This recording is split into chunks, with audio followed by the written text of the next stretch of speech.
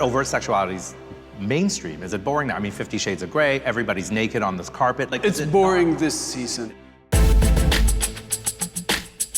We're here at Milk Studios in Los Angeles, where Tom Ford is showing for the first time in LA.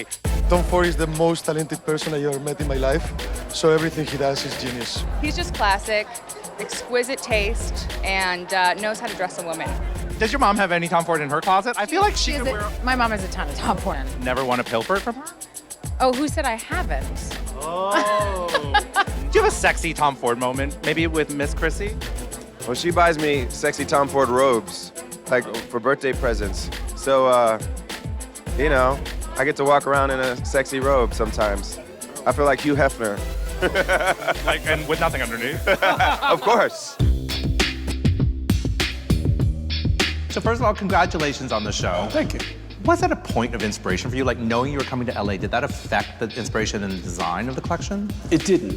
It affected thinking maybe about how I was going to show the collection, because I put it together in London, my atelier is there, and then 3 days ago, I flew with only the clothes that I had already put together in looks. So once I got here, there was no changing anything around. So it was funny because once I arrived and I started looking at the clothes, I thought, my God, there's a lot of black, which I never think about in London. You don't think about that in Europe. No. It just feels natural, it's normal, it's what people wear every day. It's gray outside. But it's exactly the collection I would have shown in London.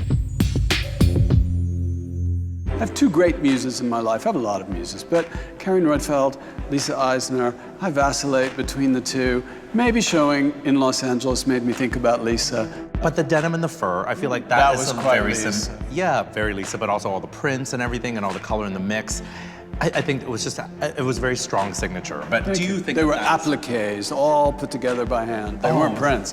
Every piece was cut out and stitched together. Yeah. So it was really truly couture in the way that was like pieced together. Like Oh that. yeah, it was like that moment in fashion maybe in the early 70s where we started to move from hippie into the kind of streamlined, a little cleaner, bohemian more than hippie, but we were moving towards that mid-70s minimalism. So things were quite clean, even though they were somewhat ethnic.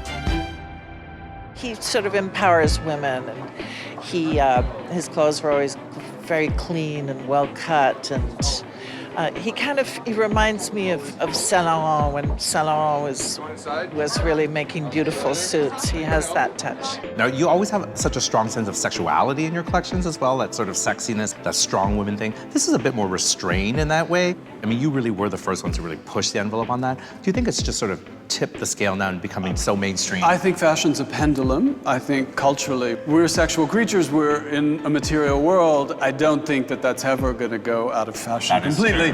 For example, the first three dresses, which de-emphasized the hips because they were fuller, but you know, I saw that. And then they even the push slits. up a new erogenous zone. So there's usually got to be something a little sexy, long skirts, you know, the very low necks.